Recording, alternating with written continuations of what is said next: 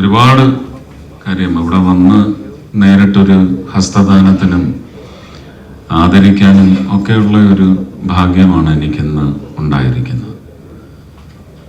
ഒരുപാട് പഴയ ഒരുപക്ഷെ ഓർമ്മകളല്ല മനസ്സിലേക്ക് വന്നത്. ഒരുപാട് ജീവിതവുമായി തുന്നിപ്പിടിപ്പിച്ചിരിക്കുന്ന, ഉരുക്ക് ഇട്ടുറപ്പിച്ചിരിക്കുന്ന ബന്ധങ്ങളുടെ നനവാണ് സത്യത്തിൽ ഹൃദയത്തിൽ വന്നത്. ഓരോരുത്തരായിട്ട് വരുമ്പോൾ മണിയണ്ണനെ കാണുമ്പോൾ ഒരു കാരണവശാലും അപ്പച്ചിയെ ഓർക്കാതെ മണിയണ്ണനെ കാണാനൊക്കത്തില്ല. മേനോൻ ചേട്ടൻ, അതുപോലെ തന്നെ ജയകുമാറിനെ കാണുമ്പോൾ ഇത് വന്ന ഓരോരുത്തരും, ഇപ്പം അനിൽ തോമസോ സന്ദീപോ അല്ലെങ്കിൽ അജിത്തോ ചോറിട്ട് തന്നിട്ടുണ്ടോ എന്ന് ചോദിച്ചാൽ ഉറപ്പിച്ച് പറയാൻ വയ്യ. ഇൻഡയറക്റ്റ് ആയിട്ട് അവരുടെയും ഭക്ഷണം ഞാൻ കഴിച്ചിട്ടുണ്ടാവും.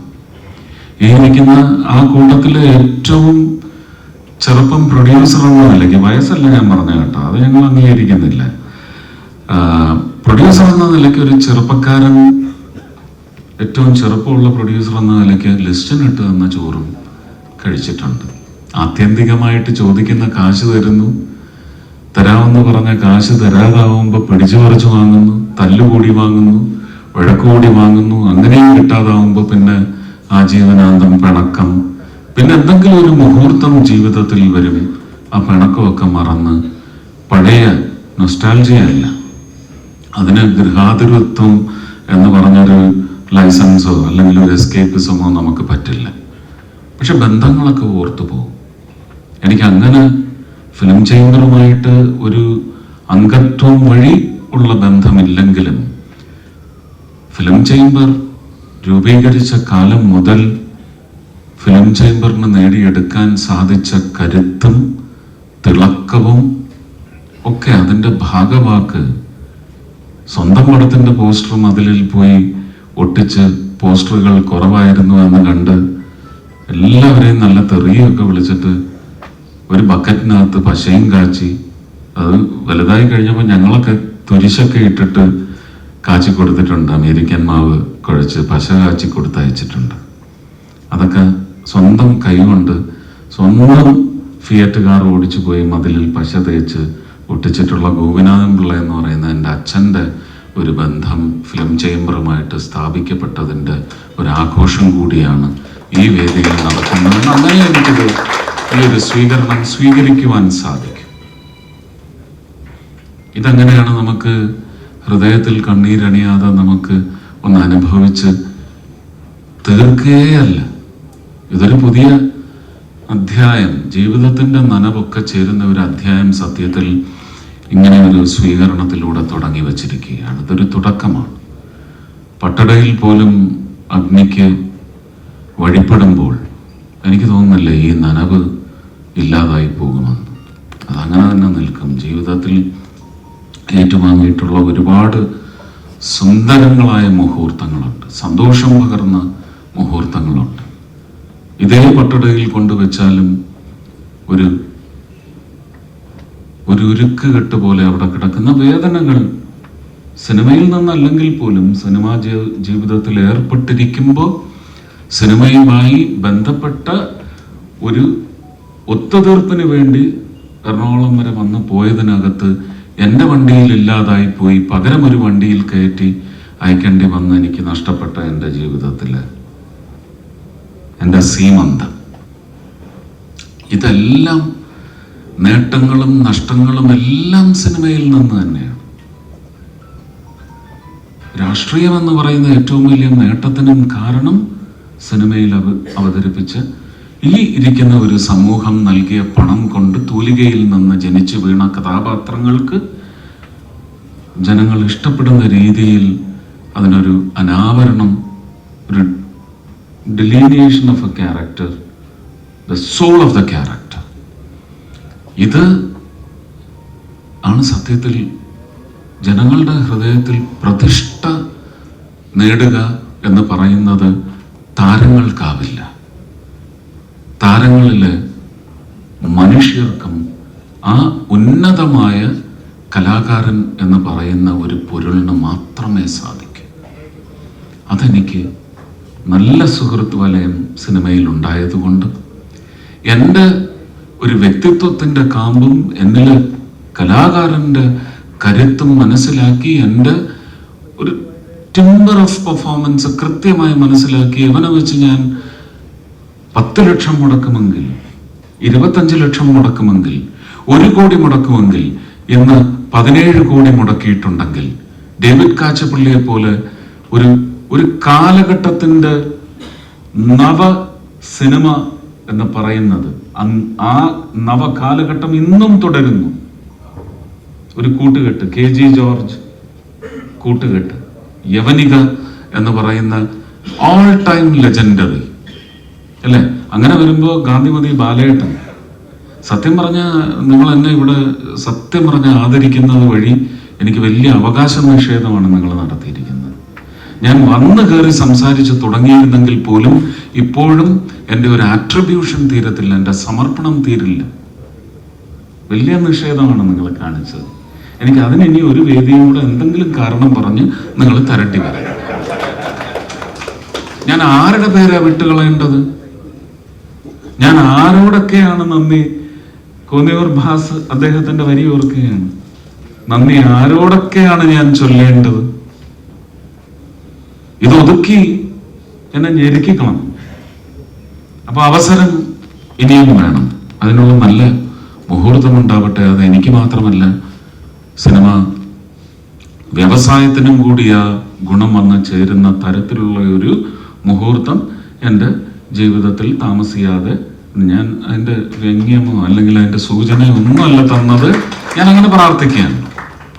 കാരണം ഇത് സന്ദീപ് ഇവിടെ നിന്ന് എന്നെ അങ്ങ് രാഷ്ട്രീയത്തിലോട്ട് ആണിയടിച്ച് ചേർക്കാൻ നോക്കിയപ്പോൾ എനിക്ക് തോന്നി ഇനി ഈ പിശാച് സിനിമയിലേക്കേ വരരുത് എന്ന് പറയുന്ന ഒരു നിശ്ചയം അവനുണ്ടായിരുന്നു. നടക്കില്ല. അവന്റെ കൂടികളും ഞാൻ പിടിച്ചു കുടുങ്ങി വാങ്ങും കേട്ടോ, എന്നിട്ടേ പോകൂ. ഒരുപാട് നന്ദി എന്നൊറ്റ വാക്ക് പറഞ്ഞ് ഞാൻ അവസാനിപ്പിക്കേണ്ടി വരും. കാരണം മെനിഞ്ഞാന്ന് സംജാതമായ ഒരു സന്നിഗ്ധ ഘട്ടം സിനിമയിലുണ്ട്. വെറും ഊഹാപോഹത്തിൻ്റെയോ അല്ലെങ്കിൽ മറച്ചു വെക്കലിൻ്റെയോ അല്ലെങ്കിൽ ഒതുക്കി വെക്കലിൻ്റെയോ ഒക്കെ പേരിൽ ഒരുപാട് പേര് ജീവിച്ചിരിക്കുന്ന ജീവച്ഛവങ്ങളോ അല്ലെങ്കിൽ ജീവിച്ചിരിക്കുന്ന രക്തസാക്ഷികളോ ആയി മാറി സമൂഹത്തിൻ്റെ മുമ്പിൽ, സമൂഹത്തിൻ്റെ മനസ്സിൽ ഒരു തുരുമ്പെങ്കിലും അവഹേളിക്കപ്പെടുന്ന അവസ്ഥാവിശേഷം ഇന്ന് സിനിമയ്ക്കുണ്ടായിട്ടുണ്ട്. ഇതങ്ങനെ സിനിമയ്ക്കുള്ളതാണെന്ന് പറഞ്ഞ് ചിന്തിക്കുന്നവർ തന്നെയാണ് ജീവിതത്തില് വിഘടനവാദികൾ. ഇതെല്ലാ മേഖലയിലുമുണ്ട്. ഇത് ഞാൻ 25 വർഷം മുമ്പും പറഞ്ഞിട്ടുണ്ട്. എല്ലാ മേഖലയിലുമുണ്ട്. ജെൻഡർ ബയസ് ആയാലും റേസിസം ആയാലും ഏറ്റവും കൂടുതൽ രാഷ്ട്രീയത്തിലല്ലേ ജാതി പറഞ്ഞ് അവഹേളിക്കുന്നത്. ജാതി ഇല്ലാത്തവനും ജാതി മറന്ന് ആചാര ചിന്തകൾ ഒന്ന് ഹൃദയം നീട്ടി നിർവഹിക്കാൻ ശ്രമിക്കുമ്പോൾ അതിനെ ചുരണ്ടി നോക്കാൻ വേണ്ടി നടന്ന കുറെ കശ്മലന്മാരുള്ള, എനിക്ക് ഈ പദവിയിൽ ഇരിക്കുന്നോണ്ട് ആ വാക്കേ ഉപയോഗിക്കാൻ പറ്റുന്നുള്ളൂ. ഭരചന്ദ്രനായിട്ട് പറഞ്ഞാൽ ഞാൻ മറ്റേ വാക്ക് പറയും. ഉണ്ടാവുന്നില്ലേ? അപ്പൊ ഇത് എവിടെയാണ് ഇത് ഇല്ലാത്തത്? നിങ്ങൾ ആരെയൊക്കെയാണ് മര്യാദ പഠിപ്പിക്കാൻ പോകുന്നത്? മര്യാദ വേണം. മര്യാദ പഠിപ്പിച്ചല്ല വരേണ്ടത്. Charity begins at home. നല്ല ചിന്താഗതിയോടെ വരുന്നവരും വഴിതെറ്റി കൂട്ടത്തിൽപ്പെടുമ്പോൾ കൂട്ടത്തിന്റെ മനോഭാവം സ്വാംശീകരിക്കുന്നത് ആരെയും കുറ്റം പറയാനൊക്കത്തില്ല. നാട്ടു നടപ്പെന്ന് പറയും അല്ലേ? ഒരു സമ്പ്രദായത്തിന്റെ നടപ്പ് എന്ന് പറയുന്നത് കുറേശ്ശെ ഇൻഫിൽട്രേറ്റ് ചെയ്യും. അതിൻ്റെതായ ന്യൂനതകളും അപകടങ്ങളും അബദ്ധങ്ങളും ഒക്കെ സിനിമയിലും സംഭവിച്ചിട്ടുണ്ട് എന്ന് തന്നെ പറയാൻ പറ്റത്തുള്ളൂ. പുതിയ രീതി അവലംബിക്കണമെങ്കിൽ അതിനുള്ള ഒരു സൂചന അല്ലെങ്കിൽ അതിനുള്ള ഒരു പത്രിക സമർപ്പിച്ചാൽ തീർച്ചയായിട്ടും സിനിമയിലെ എല്ലാ സംഘടനകളും കേരള ഫിലിം ചേംബറിന്റെ നേതൃത്വത്തിൽ അല്ലെങ്കിൽ ഇത് ഇനി മലയാള സിനിമയിൽ മാത്രമാണെന്ന് ആരെങ്കിലും പറഞ്ഞു വെച്ചോ ഏതെങ്കിലും കോടതിയിൽ? ലോക സിനിമയിൽ തന്നെ നമുക്ക് ഒരുപാട് ആൾക്കാർ പേരെടുത്ത് പറയാൻ പറ്റും അല്ലെ? ഒരു സമയത്ത് ആ പേരുകളുടെ ലിസ്റ്റിൽ പെടുകയും പിന്നെ ചില ഔദാര്യങ്ങളൊക്കെ കിട്ടിക്കഴിയുമ്പോൾ ആ ലിസ്റ്റിൽ നിന്ന് പുറത്തിയാടുകയും ചെയ്ത ഇന്നലെയും മിനിഞ്ഞാന്നുമുണ്ട് അതിനുള്ള എക്സാമ്പിൾസ് ഉണ്ട് അല്ലേ? അപ്പൊ എല്ലാം ഒരു മെറ്റീരിയലിസ്റ്റിക് അപ്രോച്ചോടുകൂടി സമ്പ്രദായത്തെ തകർക്കരുത്, സമ്പ്രദായം ഇല്ലായ്മ ചെയ്യരുത്. ഞാൻ 10, 15, 20 കോടി വാങ്ങും, മമ്മൂക്ക ചിലപ്പോൾ 50 കോടി വാങ്ങും, ലാലി ചിലപ്പോൾ 100, 200 കോടി വാങ്ങും. അവർക്ക് അത്രയും ഒരു പൊരുളിന്റെ ടേൺ ഓവറിന് അവരുടെ മസിൽ പകരാൻ സാധിക്കുന്നുണ്ടാവും. പക്ഷെ സിനിമ ആരുടേതാണ്? സിനിമ പണം ഇറക്കുന്ന പ്രൊഡ്യൂസറുടേത് പോലുമല്ല. ഓരോ സിനിമയും ഉണ്ടാവണേ, ഓരോ സിനിമയുടെയും നിർമ്മാണം ഉടലെടുക്കണേ എന്ന് പ്രാർത്ഥിക്കുന്ന അത്താഴ കഞ്ഞി കഴിച്ച് കിടക്കുന്ന ഒരു വലിയ വിഭാഗമുണ്ട്. അവരുടെ എണ്ണമാണ് സിനിമയിൽ. എത്ര പേര് FFKയിലെ തൊഴിലാളികളുള്ളത്? 2000-ന് മേലെ ഇല്ലേ? നമുക്ക് എത്ര പ്രൊഡ്യൂസർമാരുണ്ട്, എത്ര താരങ്ങളുണ്ട്? 300 ചില്ലുവാനും പേരാണ് അമ്മയിൽ രജിസ്റ്റർ ചെയ്തിട്ടുള്ള താരങ്ങൾ. അതും 2000-വുമായിട്ട് എത്ര വ്യത്യാസമാണ്, എത്ര ദൂരമാണ്. ആ 2000 പേരുടെ ജീവിതമാണ് ഈ സിനിമാ വ്യവസായം എന്ന് പറയുന്ന സമ്പ്രദായം. അതിന് ഇല്ലായ്മ ചെയ്താൽ തൊഴിലവസരം എന്ന് പറഞ്ഞ് മുറവിളി കൂടുന്നുണ്ടെങ്കിൽ അത് വലിയ ആഞ്ഞടിയായിട്ട് വന്ന് സമൂഹത്തിനും ഭരണത്തിനും മേൽ വന്ന് പതിക്കും. എല്ലാ സമ്പ്രദായങ്ങളെയും ശുദ്ധിയോടെ നിലനിർത്താനുള്ള സംഭാവനകൾ എല്ലാവരുടെയും ഭാഗത്തു നിന്നുണ്ടാവണം. അതിനകത്ത് വ്യക്തിപരമായ സ്വേച്ഛ സ്വാർത്ഥ താല്പര്യങ്ങൾ പാടില്ല. ഈ ഒരു വിവാദത്തെ നമ്മൾ ഇങ്ങനെ മാത്രം കണ്ടാൽ മതി. നമുക്കിനിയും ജനങ്ങളുമായിട്ടുള്ള ബന്ധം എന്ന് പറയുന്നത് ഒരു നൂൽബന്ധമായിട്ട് അവശേഷിപ്പിക്കുന്ന തരത്തിൽ ഒന്നും നമ്മളെയും ബാധിക്കാൻ പാടില്ല, ജനങ്ങളെയും ബാധിക്കാൻ പാടില്ല. എല്ലാം നല്ല നല്ല എന്താണ്, ഉരുക്കിൻ്റെ ഉറപ്പുള്ള വടം കൊണ്ടുള്ള ഒരു ബന്ധനം തന്നെയാവണം ജനങ്ങളും പ്രേക്ഷകർ എന്ന് പറയുന്ന ജനങ്ങളും. ഒരുപക്ഷെ പ്രേക്ഷകരല്ലാത്ത ജനങ്ങളുമുണ്ട്. താരങ്ങളെ അവരുടെ വ്യക്തിമൂല്യം കൊണ്ട്, അല്ലെങ്കിൽ നിർമ്മാതാക്കളെ അവരുടെ പൊരുളിൻ്റെ, ഇപ്പൊ പഞ്ചവടി പാലം എന്ന് പറയുന്ന സിഗ്നേച്ചർ ഫിലിമാണ്. അത് നിർമ്മിക്കാൻ വേണ്ടി പണം മാത്രം കൊടുത്ത്, ഹൃദയം കൊണ്ട് പണം കൊടുത്ത് ഒരു പ്രൊഡ്യൂസർ എന്ന് പറയുന്നത് മൂല്യമുള്ള ഒരു പ്രൊഡ്യൂസർ. അതുപോലെ എത്രയോ സിനിമകൾ മൺമറഞ്ഞു പോയ എല്ലാവരെയും, അതിന് ഞാൻ 1951 മുമ്പ് ഉണ്ടായ സംഘടന എന്ന നിലയ്ക്കോ 1961 മുമ്പുണ്ടായ സംഘടനയോ എന്ന് ഞാൻ പറയുന്നില്ല. അതിന് മുമ്പ് JC ഡാനിയൽ എന്ന് പറയുന്ന മഹാനുഭാവന് മുമ്പും ഒരുപക്ഷെ മലയാള സിനിമ എന്ന് പറയുന്ന ഒരു സങ്കല്പം ചുമന്ന സ്വപ്നാടകരുണ്ടാവും.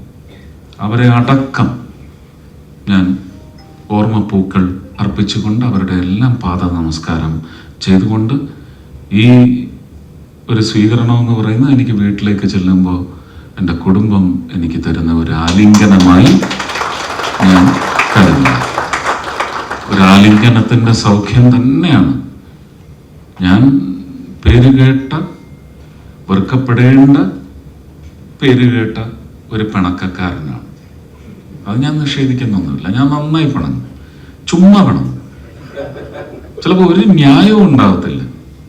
ഉണ്ണാതൊക്കെ എത്രയോ ദിവസം സെറ്റിൽ ഇരുന്നിട്ടുണ്ട്. ജയരാജന്റെ സിനിമയുടെ സമയത്ത് ഞാൻ കാലത്ത് ഹോട്ടലിൽ നിന്ന് എൻ്റെ കാശ് കൊടുത്ത് വാങ്ങിച്ച് ഭക്ഷണം കഴിച്ച് ഉച്ചയ്ക്ക് ആ സെറ്റിൽ നിന്ന് ഭക്ഷണം കഴിക്കാതെ രാത്രി 11 മണി വരെ പൈതൃകം. കാരണം എന്താ? പഴം വെച്ചില്ല ഊണിന്റെ കൂടെ. ഞാനല്ല കേട്ടോ. ഉടനെ നിങ്ങൾ ചിരിച്ചതങ്ങ് എൻ്റെ നെഞ്ചത്തോട്ട് ചാർത്താതെ ജയറാമാണോ എന്ന് പറഞ്ഞു. വേണമെങ്കിൽ പരസ്യ വിചാരണയ്ക്ക് ഞാൻ തയ്യാറാണ്. ജയറാം എന്ന് പറഞ്ഞു. മണിയമ്പിള്ള രാജു കൂട്ടും പിടിച്ചു. പഴം തന്നില്ല. ഈ പ്രൊഡ്യൂസർ ഇങ്ങനെ ഒരു പഴം ചോദിച്ചപ്പോൾ പറയുക, വീട്ടിൽ നിന്ന് കൊണ്ടുവന്നാൽ മതി എന്ന് പ്രൊഡക്ഷൻ ബോയ് പറഞ്ഞു. ഞാൻ അപ്പം ചോറിട്ടിട്ട് ഞാൻ പറഞ്ഞു, എന്നാ ഇനി പഴം വന്നിട്ട് മതി ഊണെന്ന് പറഞ്ഞ് എഴുന്നേറ്റത്. എല്ലാവരും എൻ്റെ കൂടെ ഇറങ്ങി. അന്ന് സമരം പ്രഖ്യാപിച്ചു. ഞാൻ പറഞ്ഞു, ഇനി ഈ സെറ്റിൽ നിന്ന് ഞാൻ ഭക്ഷണം കഴിക്കില്ല. കാരണം വൈകുന്നേരം വരെയും പഴം വന്നില്ല. അപ്പൊ ആ പ്രൊഡ്യൂസറുടെ നിഷേധം അതിനകത്തുണ്ടായിരുന്നു. എന്നാ അവന്മാരിനി കുറച്ചു ദിവസം ചോറുണ്ടല്ല, ലാഭം എനിക്കാണ് എന്ന് വിചാരിച്ച പ്രൊഡ്യൂസറുണ്ട്. സുരേഷ് ചിരിക്കാതിരുന്ന സൂഹിക്കുന്നില്ല സുരേഷിന്. ഇരട്ട സഹോദരന്മാരെന്നൊക്കെ പറഞ്ഞിട്ടാണ് അവിടെ കളിയാക്കുന്നത്. ഏതാ? വർക്കലക്കാരന്, കൊല്ലംകാരനല്ല, തിരുവനന്തപുരം ജില്ലയാണ്. ആ, വർക്കലയാണ്. അല്ലല്ല, ഹംസ പറഞ്ഞത് പ്രൊഡ്യൂസർ കൊല്ലംകാരനാണെന്ന് പറഞ്ഞാൽ അതെടുത്ത് എന്റെ തലയിലോട്ട് വെച്ചതാണ്. നടക്കൂല. ഇനി അങ്ങനെ പറഞ്ഞാലും ഞാൻ കൊല്ലംകാരനല്ല, ഞാൻ ആലപ്പുഴക്കാരനാണ്, ഞാൻ കുട്ടനാട്ടുകാരനാണ്. കാവാലത്തിന്റെ അനന്തരവനാണ് ഞാൻ. കാവാലം നാരായണ പണിക്കരായാലും അയ്യപ്പ പണിക്കർ അദ്ദേഹത്തിന്റെ അനന്തരവനാണ് ഞാൻ. ഞാൻ കൊല്ലംകാരൻ എന്ന് പറയുന്നത് എന്റെ അച്ഛൻ അവിടെ ആലപ്പുഴ വന്ന് കല്യാണം കഴിച്ച് കൊണ്ടുപോയി ആലപ്പുഴയിൽ തന്നെ ജനിച്ച് ഏതാണ്ട് 2-2.5 വയസ്സ് വരെ കുട്ടനാട്ടില് അരയൊപ്പം വെള്ളത്തിൽ ഒതളങ്ങ കൂട്ടങ്ങളുമായിട്ട് തത്തിക്കളിച്ച ഒരു പയ്യനാണ്.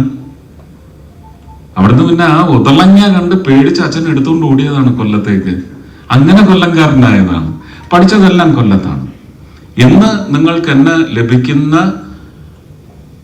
എല്ലാം ഇഷ്ടമല്ല എങ്കിലും കൂടുതലുകളുള്ള എന്നെ നിങ്ങൾ അംഗീകരിക്കുന്നുണ്ടെങ്കിൽ അതിന് കാരണമായത് കൊല്ലത്തെ അന്തരീക്ഷമാണ്. നല്ല സുഹൃത്തുക്കൾ, വഴിതെറ്റി പോകാതെ, വഴിതെറ്റിച്ച് കൊണ്ടുപോകാതെ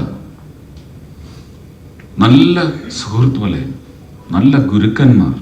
അത് infant Jesus Anglo Indian high school ആയാലും ഫാറ്റിമ മാതാ നാഷണൽ കോളേജ് ആയാലും എൻ്റെ ഗുരുക്കന്മാരെല്ലാം നല്ല തങ്ക കട്ടികളായിരുന്നു. തങ്കം എന്ന് പറയാൻ എനിക്ക് ഭയങ്കര പേടിയാണ്. അതും ഇനി ചെമ്പിലാണോ പൊതിഞ്ഞത് എന്നൊക്കെ ചോദിച്ചു വരുന്നവന്മാരുണ്ടാവും.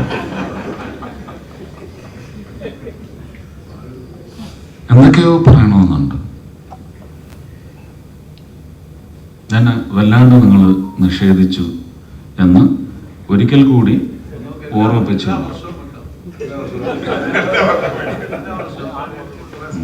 അപ്പൊ അതിന് ഞാൻ എന്തൊക്കെ ആവണമെന്നാണ് നിങ്ങൾ എല്ലാ വർഷവും ഓരോ നാഷണൽ അവാർഡ് കിട്ടട്ടെ എന്ന് അങ്ങനെ വിചാരിച്ചുകൊണ്ട് ഒരു സ്വീകരണം വെച്ചാൽ അത് സന്തോഷമാണ്. സിനിമ ഞാൻ ചെയ്യും. അനുവാദം ചോദിച്ചിട്ടുണ്ട്, അനുവാദം കിട്ടിയിട്ടില്ല. പക്ഷെ സെപ്റ്റംബർ 6-ാം തീയതി ഞാൻ ഒറ്റക്കൊമ്പൻ തുടങ്ങുകയാണ്. എല്ലാവരുടെയും ആശീർവാദം ഉണ്ടാവണം. പത്മനാഭസ്വാമിയെ ക്ഷേത്രത്തിൻ്റെ നവനിർമ്മാണം, ഇന്ന് നമ്മൾ കാണുന്ന ക്ഷേത്ര സമുച്ചയം, അതിൻ്റെ ആർക്കിടെക്റ്റും അതിൻ്റെ ഓരോ കല്ലും എടുത്ത് വെച്ച് കല്ല് കൊത്തിയെടുത്ത് അഞ്ചുമൂർത്തിയാർ, അതും ചെയ്യണം. ഏതാണ്ട് 20-22 സിനിമയുടെ സ്ക്രിപ്റ്റ് ആർത്തിയോടെ ചെയ്യണമെന്ന് ആഗ്രഹിച്ച് സമ്മതിച്ചതുണ്ട്. ഇനി എത്ര പടം ചെയ്യാനുണ്ടെന്ന് ചോദിച്ചപ്പോൾ ഒരു 22 എണ്ണമെങ്കിലും ചെയ്യേണ്ടി വരുമെന്ന് പറഞ്ഞപ്പം അമിത്ഷാ പേപ്പർ കേട്ട് അങ്ങനെ എടുത്തൊരു സൈഡിലോട്ട് അങ്ങ് എറിഞ്ഞു. പക്ഷെ അനുവദിക്കാമെന്ന് പറഞ്ഞിട്ടുണ്ട്. ഞാൻ സെപ്റ്റംബർ 6-ന് പോരും. എൻ്റെ ജോലി ചെയ്യാനായിട്ട് മിനിസ്ട്രിയിൽ നിന്നുള്ള 3-4 പേര്, അവർക്ക് ഞാൻ തന്നെ ഒരു ക്യാരവൻ അല്ലെങ്കിൽ പ്രൊഡ്യൂസർ അത് എടുത്തു കൊടുക്കണം.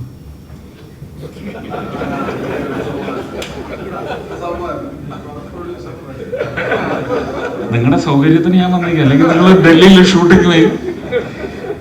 എനിക്കതിൻ്റെ ആവശ്യമില്ല. ഒരു സാറ്റലൈറ്റ് കണക്റ്റും ഒക്കെ ആയിട്ട് 4-5 ഉദ്യോഗസ്ഥർക്ക് അവിടെ ഉണ്ടാവണം. അവർക്ക് ഭക്ഷണം കൊടുക്കണം, അവർക്ക് രാത്രി കയറി കിടന്നുറങ്ങാൻ മുറി കൊടുക്കണം. ഞാൻ ഈ എല്ലാ പണിയും കൂടെ ചെയ്യുന്ന കൂട്ടത്തിൽ സിനിമയും കൂടെ ചെയ്യാൻ ഞാൻ തയ്യാറാവുന്നില്ല. എനിക്കത് എന്തോ ഒരു ടാസ്കിങ് ആണല്ലേ, മൾട്ടി ടാസ്കിങ്ങിനും മേലെയാണ്. അപ്പൊ ഇതൊക്കെ ചെയ്യണമെന്ന് ഞാൻ ആഗ്രഹിക്കുന്നു. ഇനി അതിൻ്റെ പേരിൽ അവർ പറഞ്ഞയക്കുമെങ്കിൽ ഞാൻ രക്ഷപ്പെട്ടു എന്നേ പറയാനൊക്കത്തുള്ളൂ. GST ഒക്കെ നമുക്ക് വേറെ വഴിയുണ്ട്. MP ആയി ഇരുന്നു കൊണ്ട് എനിക്ക് തൃശ്ശൂർക്കാര് കൂടുതൽ പരിഗണിക്കാൻ പറ്റും. എനിക്കിവിടൊക്കെ തന്നെ നിൽക്കാൻ പറ്റും. ഇതത് പറ്റുന്നില്ല. തൃശ്ശൂർക്കാർക്കാണ് എന്നെ ഇതുവരെ പൂർണ്ണമായി കിട്ടാത്തത്. ബാക്കി തമിഴ്നാട്ടുകാരന് കിട്ടുന്നുണ്ട്, ആന്ധ്രാക്കാരന് കിട്ടുന്നുണ്ട്, ത്രിപുരക്കാർക്ക് എന്നെ കിട്ടിയിട്ടുണ്ട്. 4 ദിവസം അടുപ്പിച്ച് കിട്ടിയിട്ടുണ്ട്. തൃശ്ശൂർക്കാർക്ക് 2 ദിവസത്തിൽ കൂടുതൽ എന്നെ കിട്ടിയിട്ടില്ല. അങ്ങനെ ഒരു 4-5 പ്രാവശ്യം. അപ്പൊ ഇതൊക്കെ വലിയ ഒരു കവലയായിട്ട് എനിക്ക് വന്നുകൊണ്ട് ഇരിക്കുകയാണ്. അതൊരു കോസ് ഫോർ വറിയാണ്. ഞാനിതൊന്നും മോഹിച്ചതുമല്ല, ഞാനിതൊന്നും ഇപ്പോഴും ആഗ്രഹിക്കുന്നതല്ല. പക്ഷെ ഒറ്റ ചോദ്യത്തിന് മുമ്പിൽ ഞാൻ മുട്ടുകുത്തി. കേരളത്തിലെ ആദ്യത്തെ സംഭവമാണ്, രാഷ്ട്രീയ ചരിത്രമാണ്. നിങ്ങൾ എന്തിനു ജയിച്ചു വന്നു?